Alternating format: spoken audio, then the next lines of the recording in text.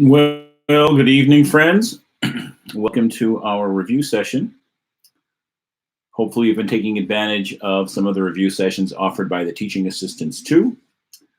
And today we're going to focus on problems from the most recent final exam, December 2018. I can't say that it's similar to the one we're going to take tomorrow, but at least it will cover many of the same topics.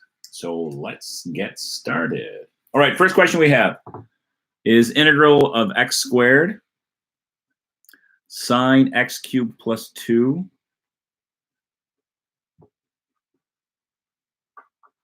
dx. We have to recognize that this problem can be done using the u substitution strategy. So that's what I'm going to do. I'm going to go ahead and define my u. So u is going to be x cubed plus 2. So the derivative of u with respect to x is 3x squared. I like to solve for dx. That's my preferred strategy. I know that's not standard. If you do it a different way, that's fine too, as long as it's correct. But I like to solve for dx. So that's what I'm going to say. I'm going to say dx is du over 3x squared. So I've got x squared sine of u dx is du over 3x squared. What happens here? X squared goes away. That 3 is a constant, comes out as 1/3. Integral of 1/3 sine u du. Remember, the derivative of sine x is cos x. The derivative of cos x is minus sine x. So tell me something whose derivative is sine, that would be minus cosine. So we're going to get 1/3 minus cos u plus c. Negative 1/3 cos. What is u in this problem? U is x cubed plus 2. And there's our first problem. I see a question from Bridget. It says, before we start, I would like to ask now, before you get to that question for 3e, can we just use k to the 1/3? K to the 3e is the sum of 1 over k to the 1/3. It looks like there's a typo on the answer key I'm looking at, indeed. 1 over k to the 1/3. So yes, when we get there, Bridget, we'll talk about it. But there's our first question. Our second question jumps to the world of parametric equations. So let's take a look at that one. We have x is 5 cos t. And we have y is 2 sine t.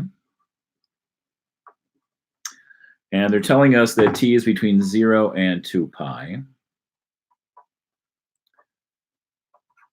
I'm going to go ahead and rewrite this as x of t, just to emphasize that. 5 cos t and y of t is 2 sine t. Recognize the functions of t. Anyway, we want to sketch a graph of the curve. To do that, I think I'm going to go ahead and eliminate the parameter, which is one of our standard strategies. So x over 5 is cos t. Again, relaxing the t. Y over 2 is sine t. And then we remember our favorite identity from trigonometry. Cos squared t plus sine squared t is 1. Cos squared theta plus sine squared theta is 1. Cos squared x plus sine squared x is 1. Doesn't matter what the argument is. So this means, of course, cos t quantity squared. So I get x over 5 squared plus y over 2 squared is 1, which will give me x squared over 25 plus y squared over 4 is 1. Hopefully you know how to graph that. That's asking a bit much, but you have it's an ellipse. X goes out to the square root of 25 out to 5. 1, 2, 3, 4, 5 there. 1, 2, 3, 4, 5 there. Y goes up to 2, down to 2. Again, I hope you know that because you studied that in algebra. And then our ellipse starts here. Well, again, we've got to figure out the orientation, but we'll talk about that in a minute. But this is what the shape looks like. Now, regarding the orientation, what is x of 0? Remember, x of t is 5 cos t, so x of 0, you can still see it just barely. So x of 0 is 5 times cos of 0, which is 1, which is 5. Y of t is 2 sine t. So y of 0 is 2 times sine 0, which is, of course, 0. So here's our first point. Let's see what x of pi over 2 is. X of pi over 2 is 5 cos pi over 2, but cos pi over 2 is 0. So that's just 0. Y of pi over 2 is 2 sine pi over 2, which is 2. So this is the point 0, 2. So that's where I start. This is when t equals 0, and this is when t equals pi over 2. That gives me the orientation. It's being drawn this way. The notion of orientation becomes important in Calc 3. So when you have parametric equations, you want to see what's happening to them as you're moving through it. Now, the next thing this question is asking for is the slope of the tangent when t equals pi over 6. So I assume it's somewhere through here, probably a lot like our polar coordinates. We want to go ahead and find the slope of the tangent there. How are we going to do it? Well, dy dx is dy dt divided by dx dt. So I'm going to cover up what I had before here and recognize again that x of t is 5 cos t, y of t is 2 sine t.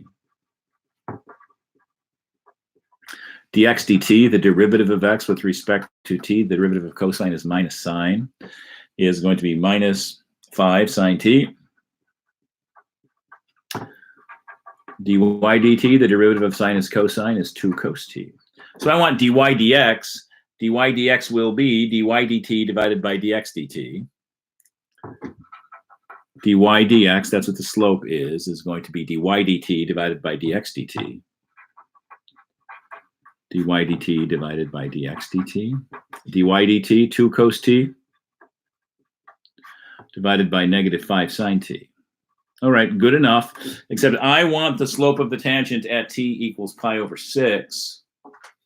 So slope at t equals pi over 6 is dy dx at t equals pi over 6 is 2 cos pi over 6 divided by negative 5 sine pi over 6. Cos of pi over 6 is what? Is root 3 over 2, so 2 times root 3 over 2 divided by negative 5 times a half. I don't know, what does that give me? Gives me root 3 over negative 5 halves. So what is that? 2 root 3 over negative 5. So that thing equals negative 2 root 3 over 5 after we do our computation. So there's questions 1 and 2 from the semester's last exam. I'm going to take a look at some other questions. Where do we go to see where our classroom is? Yes, Math 181 website. Hit exams and you'll see where that is. How did you get squared on cosine and sine? Well, interesting question. How did I get squared on cosine and sine? Let me push this back. I solve for cosine and I solve for sine, and I ask myself, is there an identity I can use that makes these things go away? And that's cos squared plus sine squared equals 1. So again, that enabled me to eliminate the parameter. It goes away because I use that fact. And then replacing cos squared with x over 5 squared, sine squared with y over 2 squared. That got us there. Do we have to eliminate the parameter, or can we just plug in points? I really think eliminating the parameter is the way to go. And that's going to be a more reasonable strategy. Someone's asking me to go over eigenvalues. Yes, we will get there. How do we know when it goes clockwise, counterclockwise? I plugged in values, right? I plugged in the value t of 0. It started here. I plugged in the value t is pi over 2, which was there. So if it starts here in an earlier time and it goes there at a later time, that tells me the path that this is going. So you could have plugged in extra points to see that indeed that would continue. If I had plugged in 5, for example, pi, cos of pi is negative 1. So 5 times negative 1 is negative 5. And sine of pi is 0. So negative 5, 0, this would be the next point. So this is t is 0. This is t is pi over 2. This is t is pi. So as we are moving, that's going to be our orientation. So yes, I think it's a good idea to eliminate the parameter. Yeah, you could plug in values. That's just going to take an awful long time to make that work. All right, let's move on to number 3, but all very good questions. So where shall we start? With getting the pages properly organized here. That is not the moon. That is a light on the top of my my office here. And there we go. So you want to determine if these things converge or diverge. So here's my first example. Sum of k squared over 3k squared plus k plus 5. This is a series. Have not had dinner yet, Mohammed. I got to have it later. I know you're thinking about dinner if you're celebrating Ramadan. I will have mine later. But I guess the sun is down, so I guess it's a good time for all of us to eat. This is a series, but I'm going to look at the sequence part. A sub k is k squared over 3k squared plus k plus 5. The limit as k goes to infinity of a sub k is 1/3, which is not 0. So then my conclusion is what? My conclusion is the series. Now, again, the sequence converges to 1/3, but the series diverges by which test? The series diverges by the kth term divergence test, sometimes just called the divergence test. But the issue is, if the sequence does not converge to 0, the series must diverge. That's important for us. All right. Next, we're going to look at the sum of 6 over 3 to the k.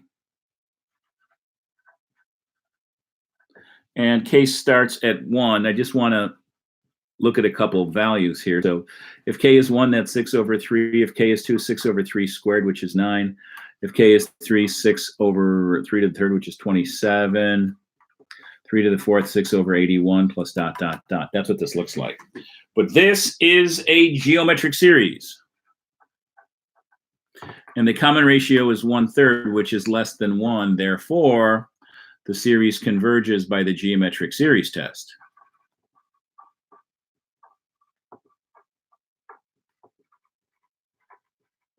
Now, we could say what it converges to, right? The sum is the first term over 1 minus the common ratio. Not that this question asks that, but my first term is 6 over 3, which is 2, over 1 minus the common ratio, 2 over 1 minus a third, which is 2 over 2/3, which I think is 3/4, if I'm doing my arithmetic correctly. Someone will tell me that as well. Alfred asks if we're going over Maclaurin series. I will check. I think there's some on the exam. If not, I can certainly do one. So I'll make a little note to make sure we hit Maclaurin series. But again, my plan is to kind of fight through the old exam first, and then if we have questions, we can hit those. All right. Next up, we have the sum of 1 over k factorial. What will that be? Sorry, I cannot show you the questions. I believe the answer is 3 instead of 3/4. I don't know. Let's see. 2 over 1 divided by, maybe you're right. 2 over 1 divided by 2 over 3 is 2 over 1 times 3/2. You saved me. The answer is 3. I guess a PhD does not mean I can do basic arithmetic, so I appreciate the question. Appreciate the fix. So yes, indeed, the sum of that is 3. All right. In my mind, I guess it's always 1/2 on top, not 2. Next, sum as k goes from 1 to infinity of 1 over k factorial. And we're going to use a ratio test, which I hope is one of your favorites. So we're going to take a look at what we're going to say that a sub k is 1 over k factorial. We're going to say a sub k plus 1 is 1 over k plus 1 factorial. And then what do we look at for the ratio test? Typically, we look at the limit as k goes to infinity of a sub k plus 1 over a sub k. Everything is positive here. I don't need to worry about absolute values. Limit as k goes to infinity of a sub k plus 1, 1 over k plus 1 factorial divided by 1 over k factorial, which will be the limit as k goes to infinity of 1 over k plus 1 factorial times k factorial over 1. Now, you've got to recognize there's one more downstairs and upstairs. So if I have 7 factorial over 8 factorial, 8 factorial is 8, 7, 6, 5, 4, 3, 2, 1. 7 factorial is 7, 6, 5, 4, 3, 2, 1. All we're left with is 8. All we're left with here is 1 over k plus 1. So this is the limit as k goes to infinity of 1 over k plus 1, which equals 0, which on the ratio test is okay. Remember, for the limit comparison test, we need a positive finite number, but for the ratio test, that's fine. 0 is less than 1, so the original series converges by what? Converges by the ratio test. While I'm thinking of it, a Maclaurin series is just a Taylor series centered at 0. So I haven't really emphasized that much in class this semester. But if you're thinking Maclaurin series, keep that in mind. But yeah, like I said, we'll try to hit one on the exam here. Okay, my next question is interesting. Sum k minus 1 factorial over k factorial. So let's think about this. If k is 8, that's 7 factorial over 8 factorial. That's just 1/8. If k is 10, it's 9 factorial over 10 factorial. It's just 1/10. This becomes what?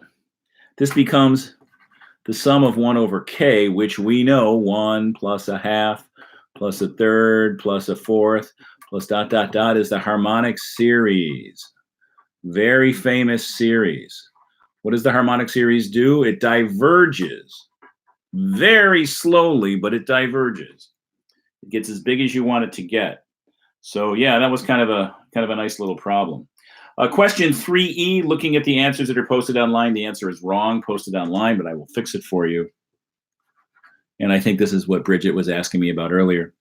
This is the sum of 1 over the cube root of k, which is k to the first, right? Cube root, so that's 1 over k to the 1/3. So this is a p series with a small exponent. So what are we going to say? We're going to say we have a p series. The exponent p is 1/3, which is small, which is less than 1. So what is our conclusion? Diverges by p series test. All right.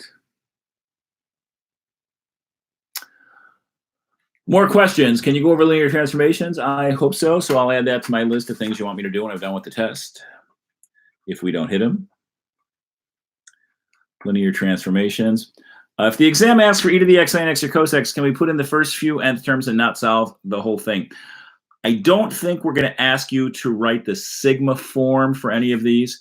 I personally like that question, but I think I've been outvoted by my colleagues. So if that makes you feel better, that's what I believe.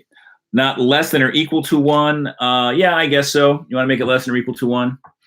That's certainly true because the sum of 1 over k diverges, as we said just a little earlier. That's our harmonic series. You want to call it a p series? I guess you could. But that's such a famous series, I would prefer for you to call it the harmonic series rather than a p series with 1. All right, we are moving on to the next question. It is another integral, and it's going to require us to use what? To use partial fraction expansion. So here we go. And I probably need the whole page here, and we'll close out the moon. Hopefully my machine will stay focused. So we're doing the integral of 1 over x squared plus 4x minus 5. So I've got to factor this thing. So I don't know. X squared minus 5 plus 4x, that's x times x. I guess it's plus 5 minus 1. So plus 5x minus 1x is 4x, so I get x plus 5 times x minus 1. So here's what I want. I'm going to want a over x plus 5 plus b over x minus 1 to equal 1 over x plus 5, x minus 1. Now, I hope you remember how I taught you how to do this. Mr. Patel's asking, when did we do the ellipse thing in class? I don't remember it. No, I don't know if we did it. I certainly did the eliminate the parameter, but graphing an ellipse, yeah, I'm not sure we did it in our class, but it's something from pre-calculus. Can you review parametric equations? I'm going to ask you to watch the first question that we did if you came in late. I've done them there. The name of the factoring technique, this is a factoring box, and I do have a video online. Look for my video called Factoring Trinomials. If you want to see me doing these, I got a whole bunch there. So Factoring Trinomials video is there. All right, getting back to our problem, we're going to add these two guys together. A times x minus 1 plus b times x plus 5 over x plus 5 times x minus 1 equals 1 over x plus 5, x minus 1. So the bottoms are the same, so the tops have to be the same. Oh, David's question, you could have had a over x minus 1 plus b over x plus 5. That would have been okay, but I just chose to do it this way. The order of this is irrelevant. So you're right, it could have gone the other direction. But try to follow me. Ax minus a plus bx plus 5b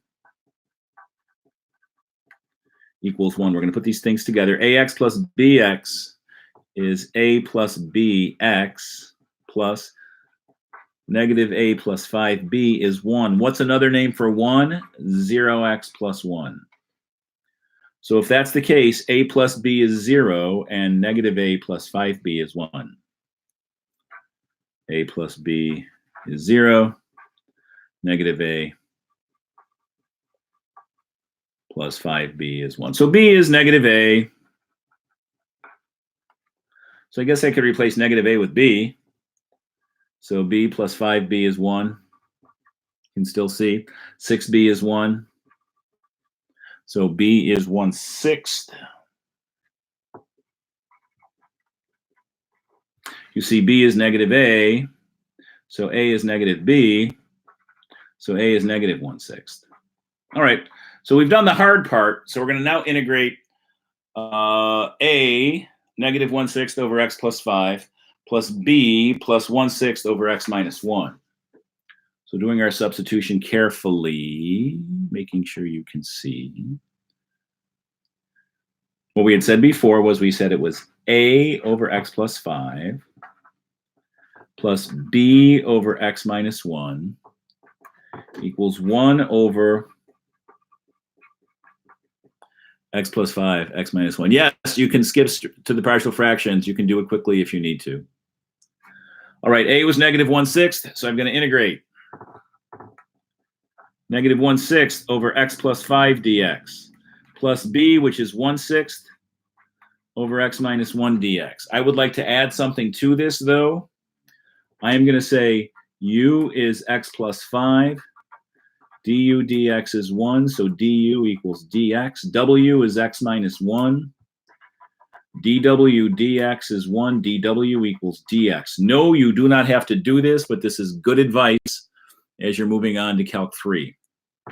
So what I get negative 1/6 integral 1 over x plus 5 dx plus positive 1/6 integral 1 over x minus 1. Focus. Thank you. 1 over x minus 1 dx. Doing my u and w substitution, I get negative 1/6 integral 1 over u du plus 1/6 integral 1 over dub d dub. And we just keep on keeping on.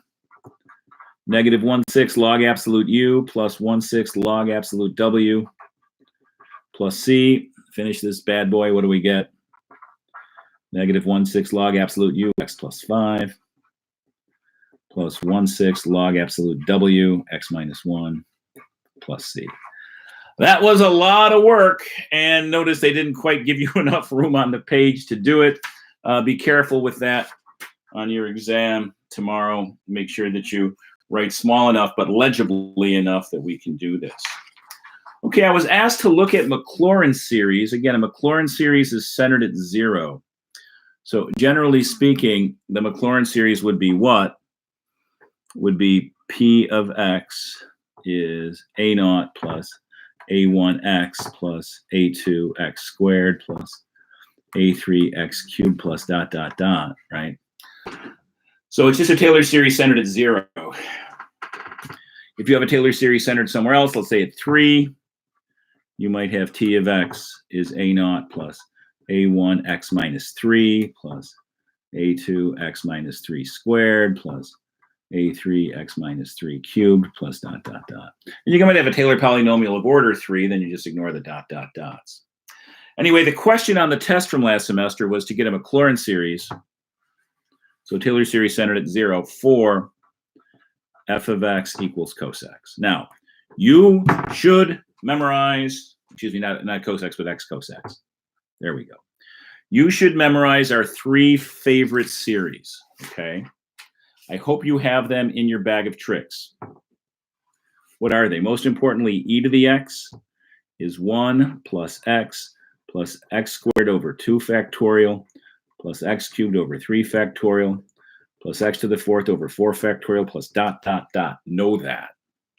Cosine is the even powers alternating. Cosine x is 1 minus x squared over 2 factorial plus x to the 4th over 4 factorial minus x to the 6th over 6 factorial plus dot, dot, dot. Sine are the odd powers alternating. Sine odd powers alternating. X minus x cubed over 3 factorial plus x to the 5th over 5 factorial minus x to the 7th over 7 factorial plus dot, dot, dot. Now, the question on the exam from last semester wants x times cos x. So x times all of this is all you've got to do. So f of x, which equals x cos x, equals x times 1 minus x squared over 2 factorial plus x to the 4th over 4 factorial minus x to the 6th over 6 factorial. And I'm not worrying about summation notation since, again, we don't make a big issue of that on your exam. So what I wind up with is x times 1 is x minus x cubed over 2 factorial plus x to the 5th over 4 factorial minus x to the 7th over 6 factorial plus dot, dot, dot. So that is a Maclaurin series for x cos x. Now, the next question is to find a Maclaurin series for cos x minus x sin x. Now, I doubt many students did it this way, but let me show you what the people who wrote the exam wanted you to do with this. So our goal is to get a Maclaurin series for that. You could write out the first terms of this. You could write out the first terms of sin x, multiply by x, and simplify. But here's what they wanted you to do. Okay, f of x is x cos x. What is f prime of x? What does that equal? Well, we have to use the product rule. U is x, v is cos x, u prime is 1, v prime is minus sin x. We know from the product rule it's u prime v plus uv prime. U prime v, 1 times cos x plus uv prime minus x cos x. And what you notice is cos x minus x cos x is the derivative of what we have up there. So putting all that together, and I'm trying to get this straight. Here we go. Putting all this together, cos x minus x sin x is the derivative of what? Of x cos x. That's what the writers of the exam wanted the students to do last semester. So I wish I could see all this. I'm having trouble. There we go with my screen. The second cos should be sine, I think. You're right. Yeah. Again, thanks for the correction. So cos x minus x sin x. Cos x minus x sin x is the derivative of x cos x. I think that's right. So I appreciate you guys staying on top of me here. So this will be the derivative of x cos x, but we said x cos x was what? Was x minus x cubed over 2 factorial plus x to the 5th over 4 factorial minus x to the 7th over 6 factorial plus dot, dot, dot. So by taking the derivative of what we had before, the derivative of x is 1. The derivative of x cubed is 3x squared. The derivative of x to the fifth is 5x to the fourth, 7x to the sixth. And that's all we're going to ask you to do. We're not going to make you go ahead and find a general form for that. So they just wanted the first three non-zero terms. So I guess that, well, the answer key has 4, but the first three would have been this one, and this one. It says to do it for the first three non-zero terms. Do we need to include that? I don't think so. Yeah. Can you go over this problem again? Part B. Yeah, I'll try to hit it. So here's the thing. Let's try to put all this together. Starting here, what do we have? We have this expression for cosine x. So that has to be memorized. Then the question asked for x cosine x. So what did we do? We multiplied each of those pieces by x. X times 1 is x times x squared is x cubed, x times x to the fourth is x to the fifth, x times x to the sixth is x to the seventh. So what I've done now is I have a Maclaurin series for x cos x. Okay, so we've done that. That's done. We want cos x minus sine x. Here's where the mathemagic comes in. Cos x minus x sine x, you could have done the same way we did the first part. Listed a bunch of terms for cos x, listed a bunch of terms of x sine x, and then subtract. But that is not what the authors of the problem wanted you to do. They wanted you to notice that cos x minus x sine x is just the derivative of x cos x. They told you that, basically, right?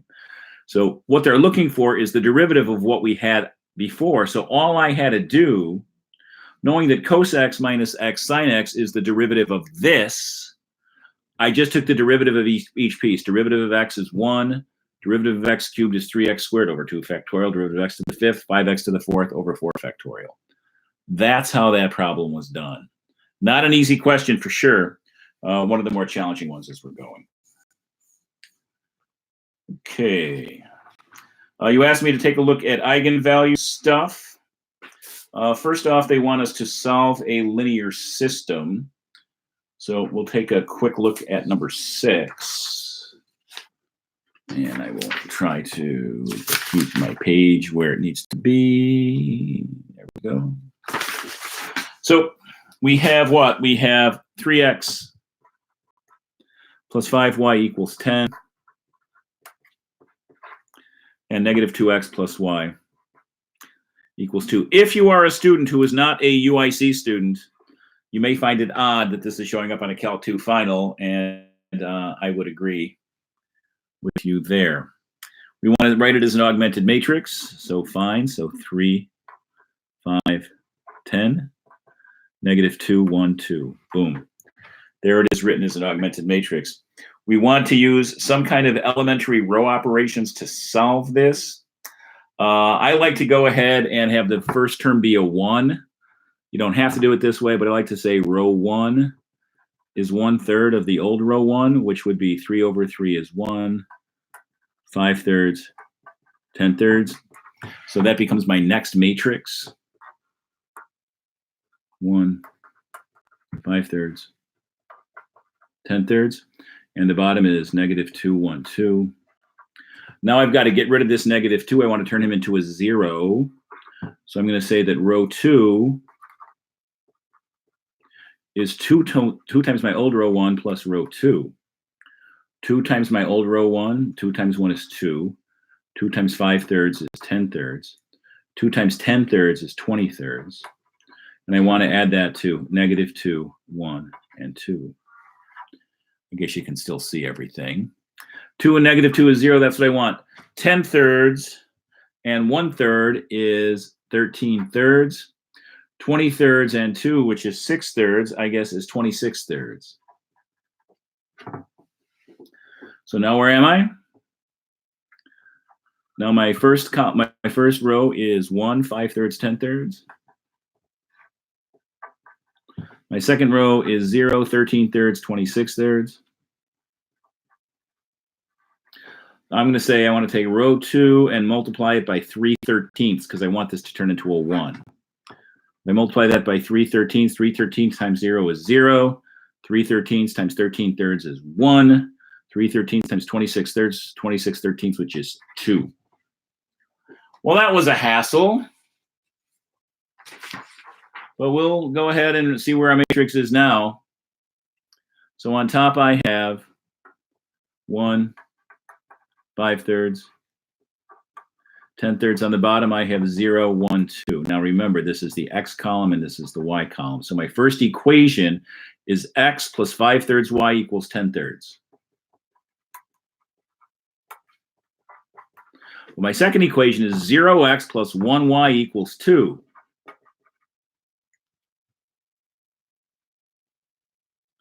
Well, if y equals 2, just shove the 2 in there and see what you get. So I get x plus 5/3 times 2 equals 10/3. X plus 10/3 is 10/3. So x is 0. So my answer is x is 0, y is 2. My solution is that point.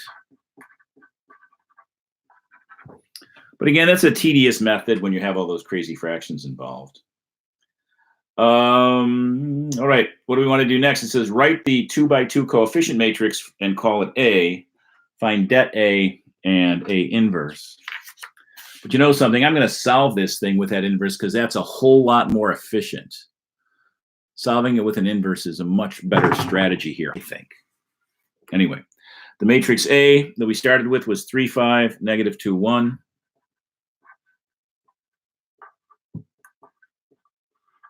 What is the determinant of A? Always start in Seattle, start northwest. 3 times 1, Seattle times Miami, minus LA times Boston. Start in Seattle, 3 times 1 minus negative 2 times 5, 3 plus 10, and my determinant is 13. Now, what is A inverse? We divide everything by 13.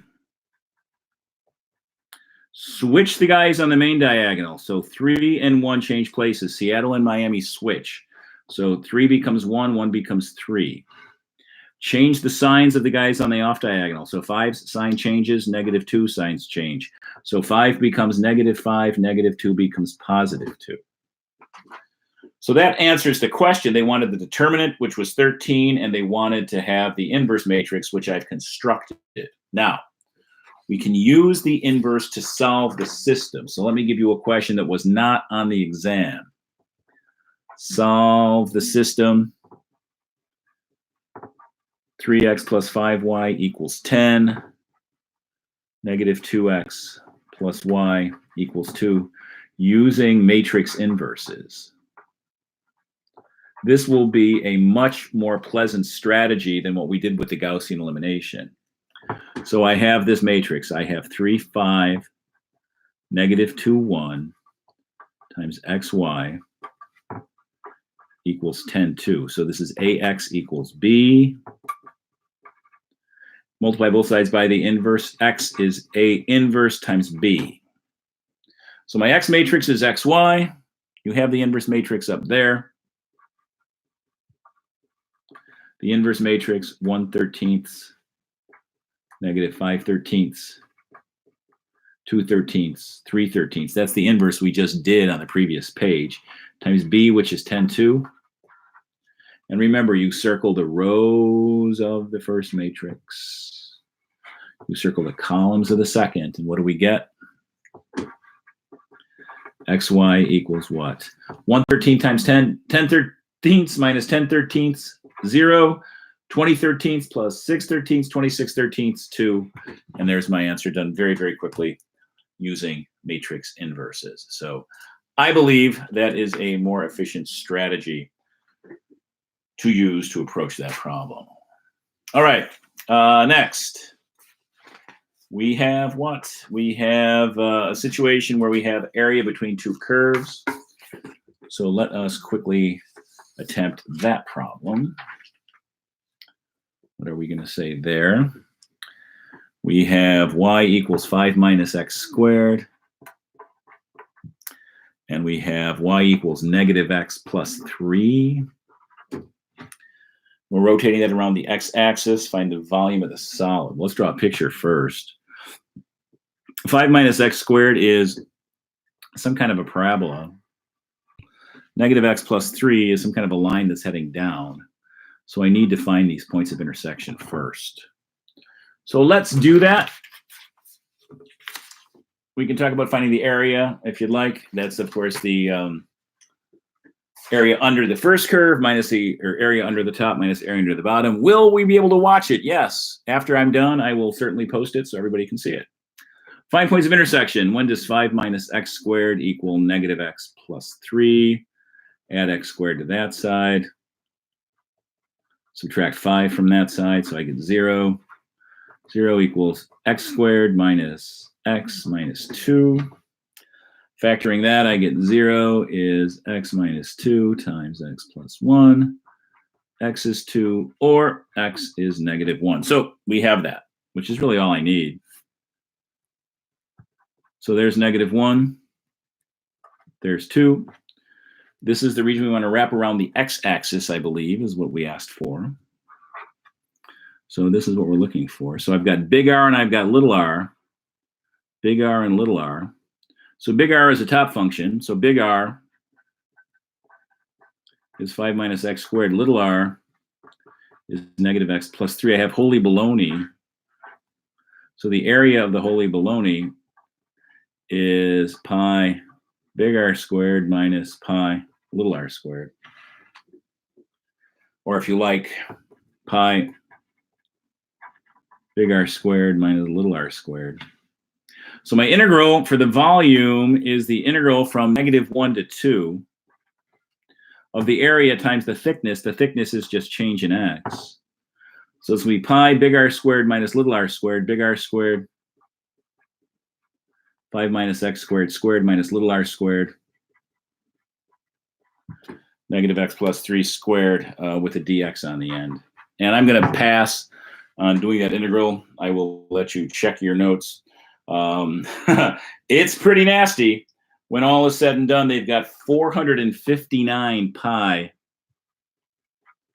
over 15. I promise I will do everything in my power not to give you something that nasty. But the setup to me, frankly, is more important anyway. I'm sure that the students last semester got more points for the setup than they got for actually working on that awful integral. So you're welcome, Eddie. Does it matter if we solve for x or y? Yeah, I think you got to do this one with respect to x. We didn't solve for y, but since you're rotating around that axis, I think that's the strategy you have to use. All right, next. Find the antiderivative, also known as the integral of log x over x squared. Natural log x over x squared dx. Now, this is not obvious what strategy to use, but I'm going to proceed to use integration by parts. Remember that is the integral of u dv is uv minus the integral of v du. Which you can't see, now you can. So I'm going to try to use integration by parts. Here I need a u and I need a dv. U is going to be natural log of x. dv is going to be 1 over x squared dx.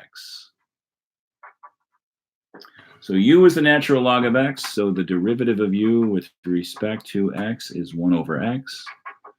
du is 1 over x dx. Get this paper up top so you can see it. du is 1 over x dx. I didn't say that's dv. dv is 1 over x squared dx. So v is the integral of that. That's the integral of x to the negative 2 dx. So v is x to the negative 1 over negative 1, which is 1 over x over negative 1, negative 1 over x, I think. So now we're going to go ahead and use our rule. Again, I'm sorry the paper is goofy. So what are we going to do next? We have the integral of u dv is uv minus the integral of v du. Integral of u dv log x 1 over x squared dx. uv, uv, uv, uv. So that's negative 1 over x log x. Minus the integral of v du. V du, negative 1 over x times 1 over x dx. is where that goes. So this becomes negative 1 over x natural log x minus plus the integral of 1 over x squared dx, which we just did, right? We just did the integral of 1 over x squared up there, so we can save ourselves some time and say negative 1 over x natural log x minus 1 over x plus c. So that one's not so bad. That one's not so bad. Now, what we have next is an improper integral from 1 to infinity of something. And we'll see how that behaves. Integral from 1 to infinity of that same function of natural log x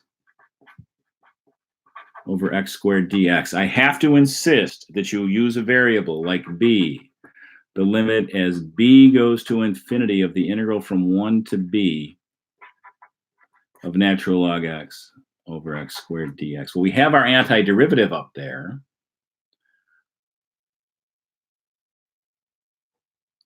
Where we have negative 1 over x log x minus 1 over x. So this will equal what? This will equal the limit as b goes to infinity of negative 1 over x natural log x minus 1 over x as x goes from 1 to b. All right, Muhammad is asking, can you do an example of improper integrals where the limit has to approach either from the left or from the right? Sure. I'll write that down on my list. Improper from the left.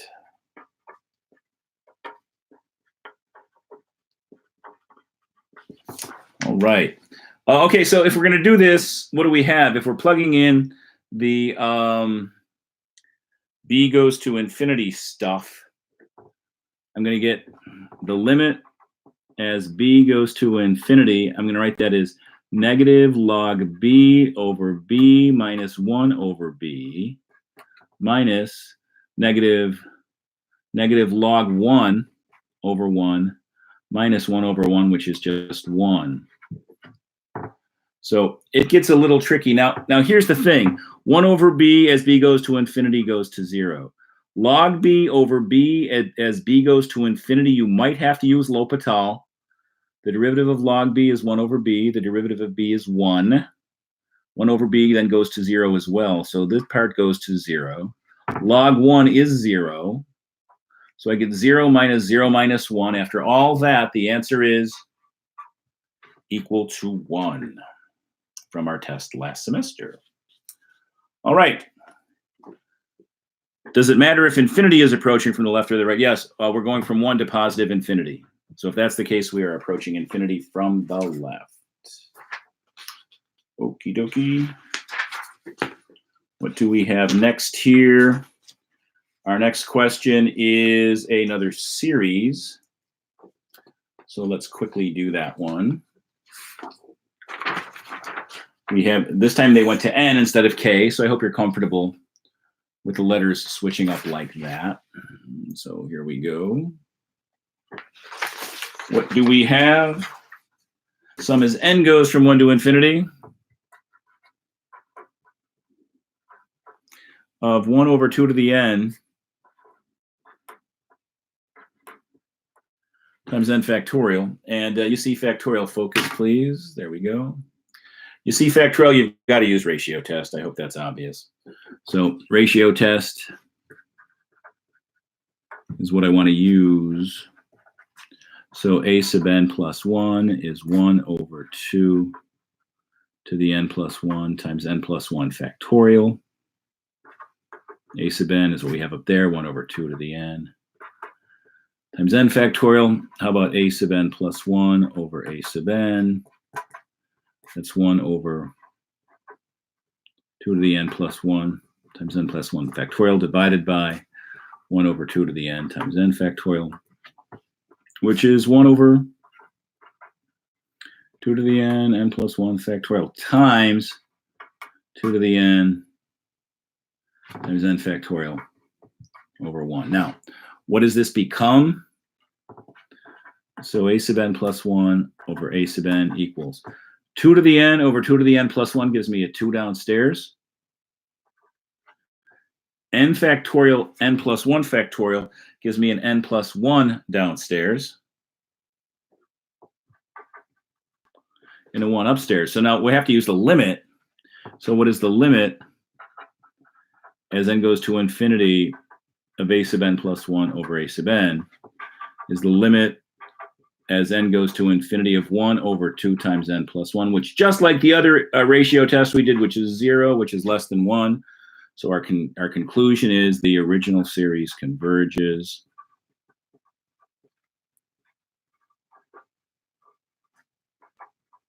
By what? By the ratio test. All right. So that's not bad. Next, they want a Maclaurin series for e to the x. Again, that one is memorized, right? We know what that is. So let's go ahead and jump to question 9b. Isn't it 0 to infinity? 0 to infinity? No, limit is n goes to infinity. For that ratio test. All right, e to the x is 1 plus x squared over 2 factorial plus x cubed over 3 factorial plus x to the 4 over 4 factorial plus dot, dot, dot. So what is that? That is the sum of what? E to the x is the sum of x to the n over n factorial as n goes from 0 to infinity, if that's what you're asking. E to the x is the sum as n goes from 0 to infinity of x to the n over n factorial. Now, the question that we had, right, the top of the page, so this is actually kind of interesting.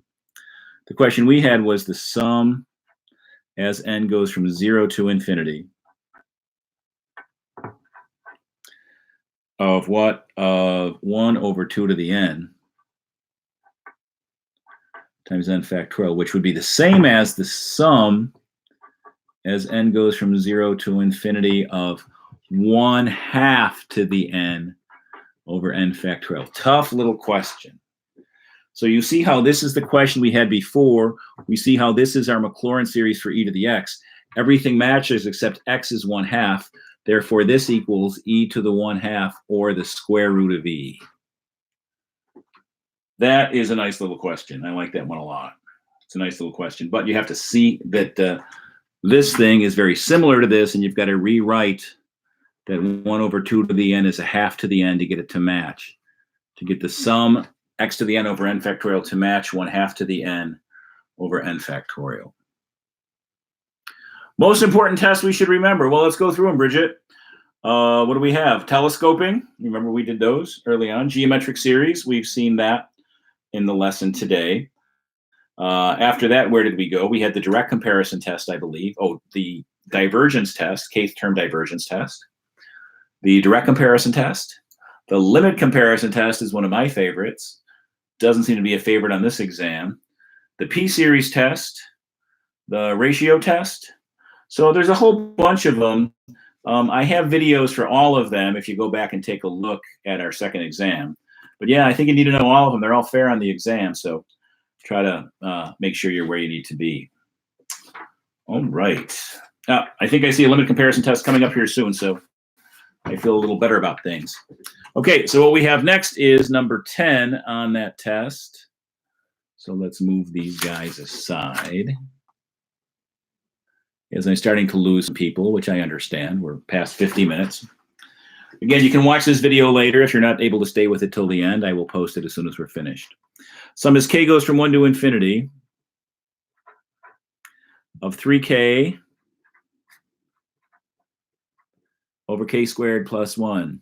Should we worry about arc length stuff? It's fair. Will polar curves be on the exam? It's fair.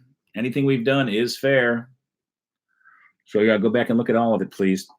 All right, they want the first 3 terms of the series. If k equals 1, what do I get? I get 3 over 1 squared plus 1, which is 3/2. That's the first piece. The next term, if k equals 2, what do I get? 3 times 2 is 6 over 2 squared plus 1. That's what? That's 6/5. If k equals 3, what do I get? I get 3 times 3 is 9 over 3 squared plus 1, which is 9/10. So the partial sums, the first partial sum is 3/2. The second partial sum is 3/2 plus 6/5, 15 and 12. That's 27/10. The third partial sum is 3/2 plus 6/5 plus 9/10. So 27 and 9 is what? 36/10, which you can reduce if you want to 18/5. So first terms of the series, partial sums, just making sure you're clear on those concepts. Now, determine if the series converges or diverges, and we will use the limit comparison test.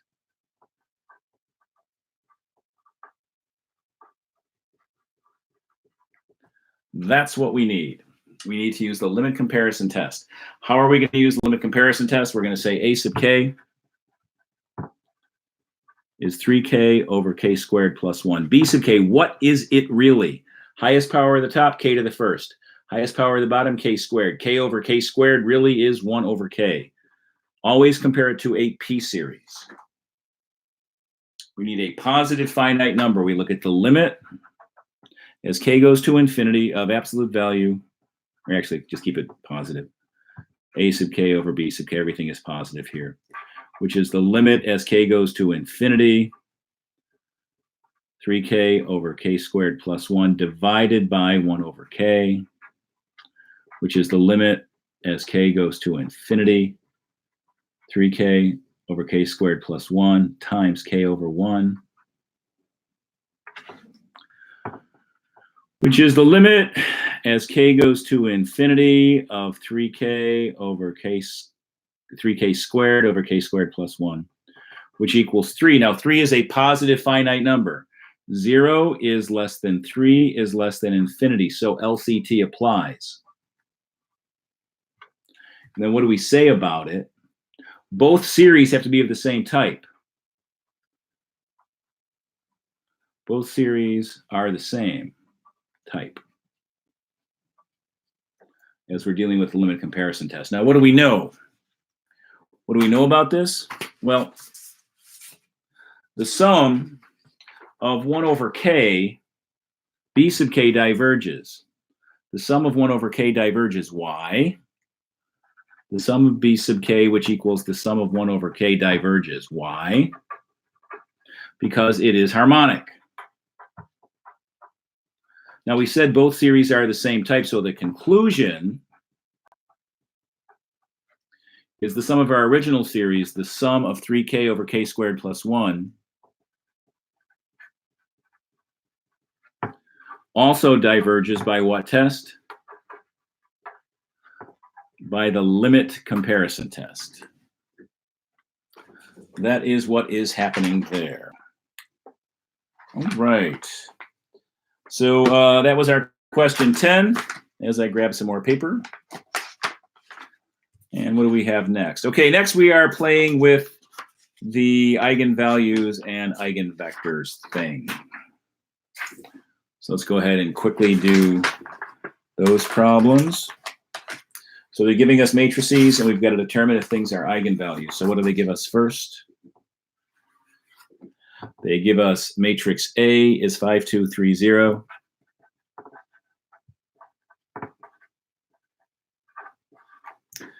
We want to determine if 1, 2 is an eigenvector. V is the vector 1, 2. We'll multiply it, right? So what is AV? What is A times V? A times V is 5, 2, 3, 0 times 1, 2. Circle the rows of the first matrix. Circle the columns of the second matrix. 5 plus 4 is 9. 3 times 1 is 3 plus 0 is 3. Excuse me, 9, 3. Is 9, 3 a multiple of 1, 2? 1 times 9 is 9. 2 times 9 is 18. No. 9, 3, not a multiple of 1, 2. Not a multiple of 1, 2. So not an eigenvector. So 1, 2 is not an eigenvector.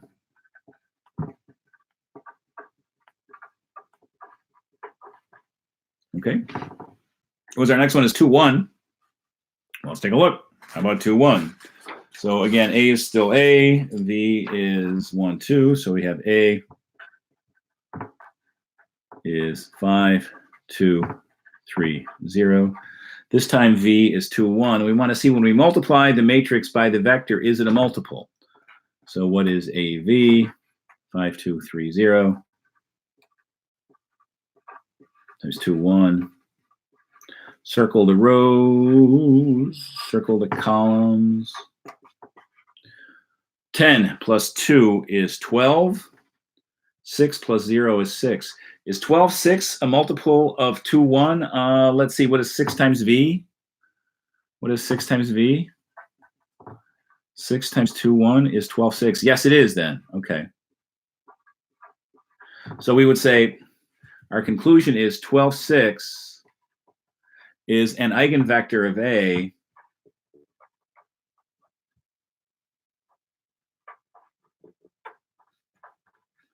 corresponding to the eigenvalue of 6, corresponding to the eigenvalue lambda equals 6. Okay, well, that's good. We've got one more to do, 1, -3.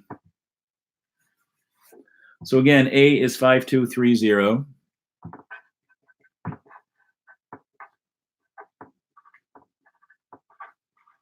And the vector V is 1, -3. So again, let's look. What is AV? What do we get? 5, 2, 3, 0. 1, -3. Circle the rows of A, circle the columns of V. 5 minus 6, -1. 3 and 0 is 3. How is 1, 3 and -1, 3? Sure, yeah. Yeah, AV, which is -1, 3, equals -1 times V, which is 1, -3, right? So therefore, yes, 1, -3 is an eigenvector. 1, -3 is an eigenvector corresponding to lambda is -1.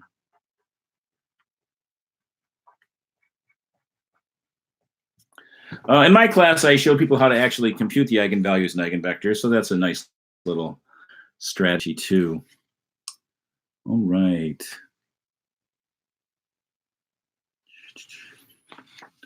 When do we know when to use product rule versus U substitution? Well, U substitution, you've got to look to see if the derivative is there. Product rule, we had to use to take a derivative during our process of integration by parts. So that's for us to take a look at. All right. Where are we at now? We're on our last page. Not a big fan of this page, really, but I'll talk about it. Why did you write B for eigenvector 12 and 6? B? I'm not sure. I know what you mean by that. 2 and 1? No, I'm not following. Sorry. If anybody else can understand the question, please help me out. But I'm not following the question. I think when one is a multiple, right? When you multiply by the matrix and you get a multiple of the original vector, then it's an eigenvector. So, we had 12, 6, right? We started with 2, 1, and we got to 12, 6 here. So the multiple was 6. So the eigenvalue lambda is 6. Here we started with 1, -3. We got to -1, 3. So what is the multiple here? The multiple is -1.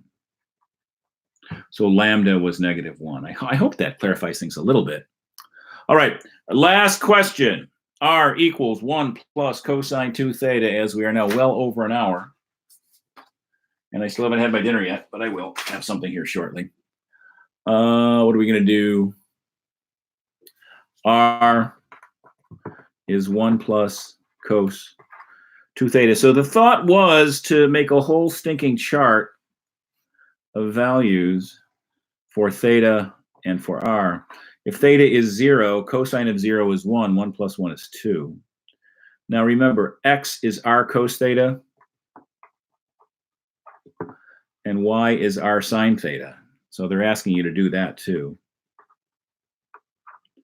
2 cosine of 0 is 2. 2 sine of 0 is 0. So it starts at 2, 0. Then they're jumping at pi over 4. Pi over 4 times 2 is pi over 2. Cosine of pi over 2 is 0. 1 plus 0 is 1. X is 1 times cos, so that would be what, root 2 over 2. 2 is about 0.7. Y is also r times sine. Pi over 4 is also root 2 over 2, which is about 0.7. And we can go on and on and on and on forever like this. Pi over 2 times 2 is pi. Cos of pi is -1. -1 plus 1 is 0. So r cos theta, cos of pi over 2 is 0. So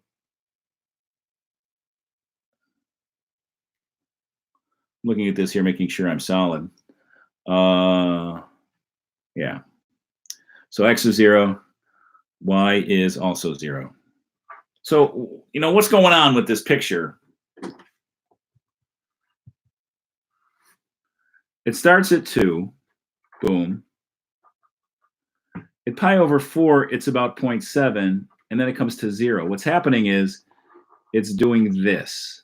Now, you can do a whole lot more points, but what the graph will look like if you do it correctly is it'll look like that. Can you see it? I think you can, right? That's what the graph will look like if you do a whole bunch of points. But again, that's a fairly complicated question. All right, a couple things here. We talked quite a bit about Maclaurin series, so I'm getting back to your questions now. So I think we're probably solid there. Maclaurin series are series that are centered at 0. A Taylor series, so one of my favorite, if I want a Taylor series centered at 1, I'm not writing well. Let me start that over. Taylor series centered at 1.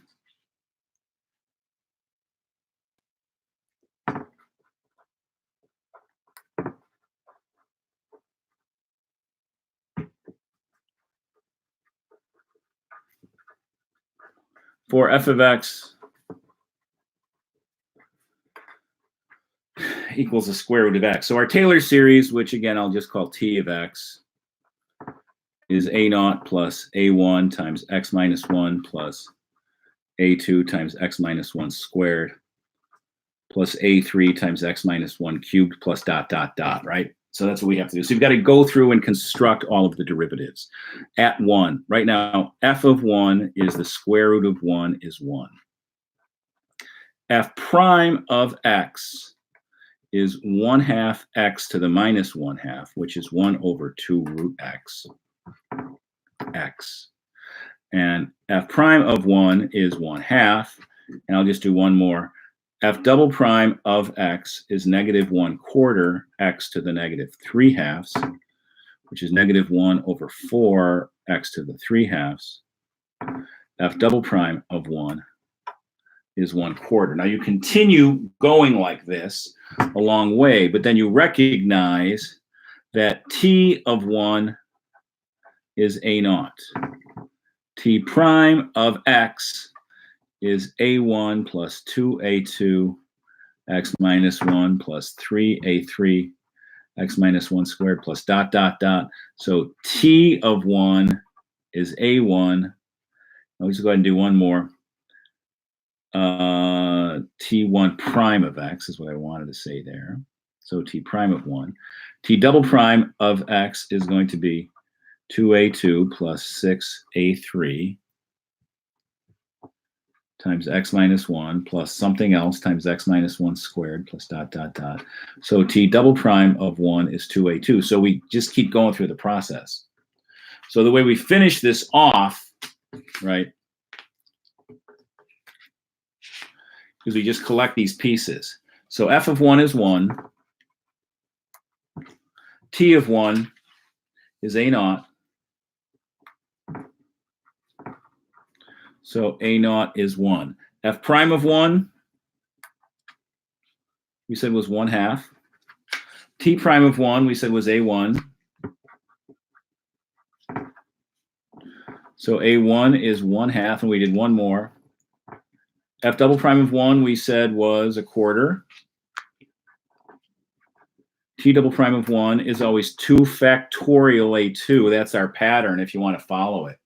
So if that's the case, 1/4 equals 2a2, so 1/8 equals a2. So that gets me a whole bunch of terms, which you see at the top of my page here. I still have that form that we started with. We can see it all. Anyway, all right, there we go. So what will t of x, the first few terms, be? a0, 1, plus 1/2 x minus 1, plus 1/8 x minus 1 squared. And that process can go on and on and on and on and on. Linear transformations, you asked me about those. I think we're solid there. We did a whole bunch of those with eigenvalues and eigenvectors. Linear transformations are defined as matrix multiplication, so that's a nice thing to know. Improper from the left and from the right would be a question like this. How about the integral from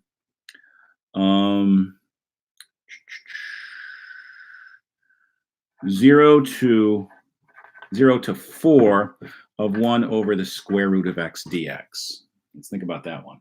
Integral from 0 to 4 of 1 over the square root of x dx. The problem is the function is not defined at 0. We're going from 0 to 4. We've got to approach it from the right. The limit as b goes to 0 from the right of the integral from b to 4 of 1 over x to the 1/2 dx. That's what this would become. Limit approaching from the right, which is the limit as b goes to 0 from the right of the integral from b to 4 of x to the negative 1/2 dx, which is the limit as b goes to 0 from the right. X to the 1/2 over 1/2